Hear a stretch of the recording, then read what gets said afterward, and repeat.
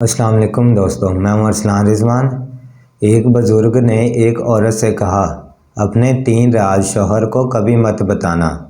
عورت نے پوچھا، کون سے راز؟ ایک چینی بڑھیا کے گھر میں پانی کے 2 مٹکے تھے، جنہیں وہ روزانہ ایک لکڑی پر باندھ کر اپنے کاندھے پر رکھتی اور نہر سے پانی بھر کر گھر لاتی۔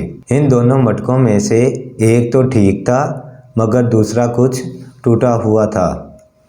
ہر بار ایسا ہوتا کہ جب یہ بڑھیا نہر سے پانی لے کر گھر پہنچتی تو ٹوٹے ہوئے مٹکے کا آدھا پانی رستے میں ہی بہہ چکا ہوتا، جبکہ دوسرا مٹکا پورا بھرا ہوا گھر پہنچتا۔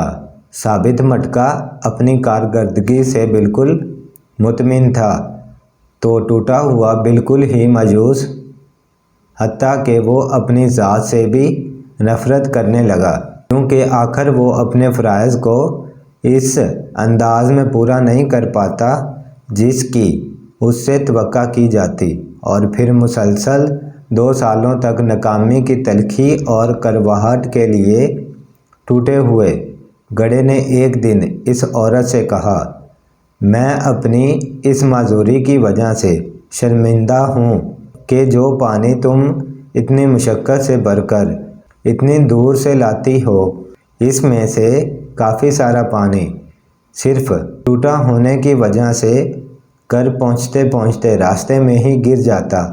گدھے کی یہ بات سن کر بڑھیا ہنس دی اور کہا، کیا تم نے ان سالوں میں یہ نہیں دیکھا کہ میں جس طرف سے تم کو اٹھا کر لاتی ہوں، ادھر تو پھولوں کے پودے ہی پودے لگے ہوئے ہیں، جبکہ دوسری طرف کچھ بھی نہیں اگا ہوا۔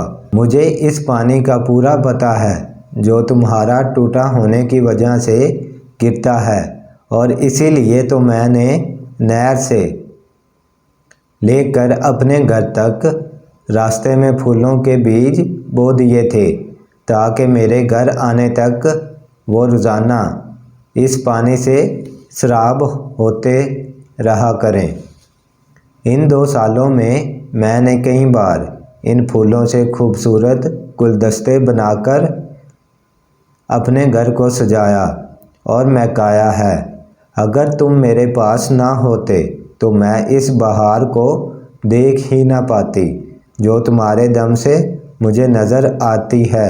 یاد رکھیں کہ ہم میں سے ہر شخص میں کوئی نہ کوئی خامی ضرور ہے، لیکن ہماری یہی خامیاں، معذوریاں اور ایسا ٹوٹا ہوا ہونا ایک دوسرے کے لیے عجیب اور پرتاثیر قسم کے تعلقات بناتا ہے۔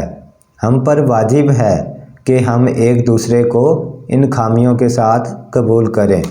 ہمیں ایک دوسرے کی ان خوبیوں کو اجاگر کرنا ہے جو اپنی خامیوں اور معذوریوں کی خجالت کے بوجھ میں دب کر نہیں دکھا پاتے۔ معذور بھی معاشرے کا حصہ ہوتے ہیں اور اپنی معذوری کے ساتھ ہی اس معاشرے کے لیے مفید کردار ادا کر سکتے ہیں۔ جی ہاں، ہم سب میں کوئی نہ کوئی عیب ہے۔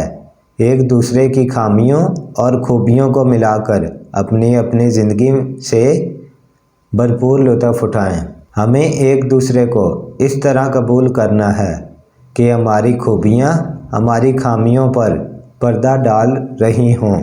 اپنے 3 راز شوہر کو کبھی مت بتانا۔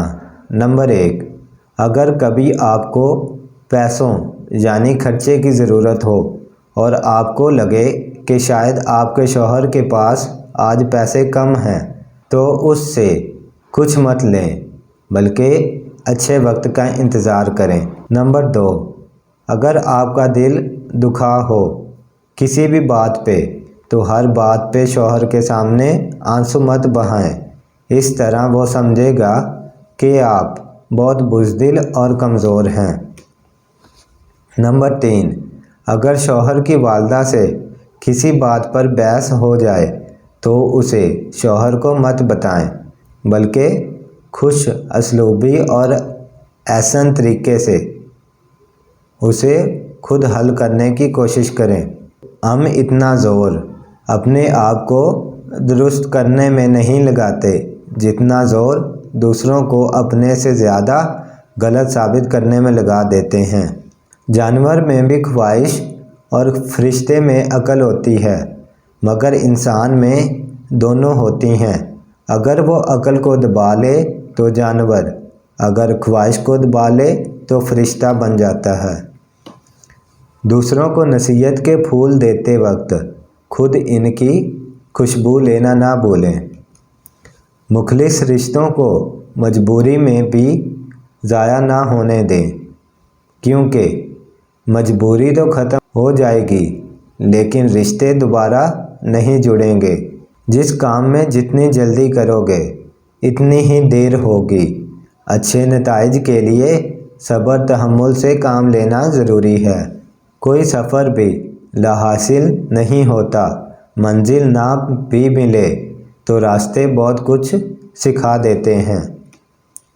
3 چیزیں یاد رکھو۔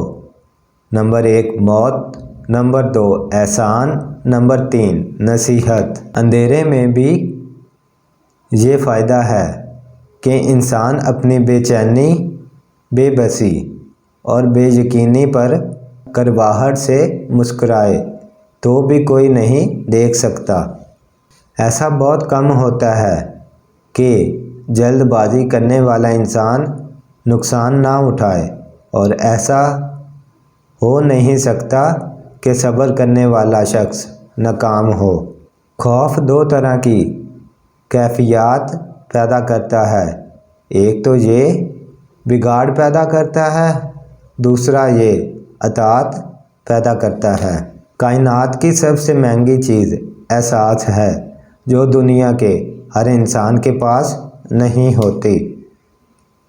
تنہائی بہتر ہے جھوٹے لوگوں سے۔ جب امیدیں ٹوٹتی ہیں تو بہت تکلیف ہوتی ہے، لیکن یہ بھی سچ ہے کہ ہر ٹوٹی ہوئی امید ہمیں ہمارے رب سے جوڑتی ہے۔ زندگی میں قسم، قدم اور قلم بہت سوچ سمجھ کر اٹھانا چاہیے۔ اپنی ذات سے پیار کرنے والا شخص کبھی کسی کا مخلص نہیں ہو سکتا۔ تمہیں یہ اصول قرآن پاک نے دیا ہے کہ جنگ ہو تو لڑو اور نہ ہو تو جنگ کی تیاری کرو۔ سجدہ بھی اسی وقت قبول ہوتا ہے جب سر کے ساتھ ساتھ دل بھی جھکے۔ تو دوستوں، امید کرتا ہوں آپ کو ویڈیو پسند آئی ہوگی۔ ایسی اور بھی ویڈیوز کے لیے ہمارے چینل کو لائک اور سبسکرائب لازمی کریں۔ تو ملتے ہیں نیکسٹ ویڈیو میں، تب تک کے لیے اللہ حافظ۔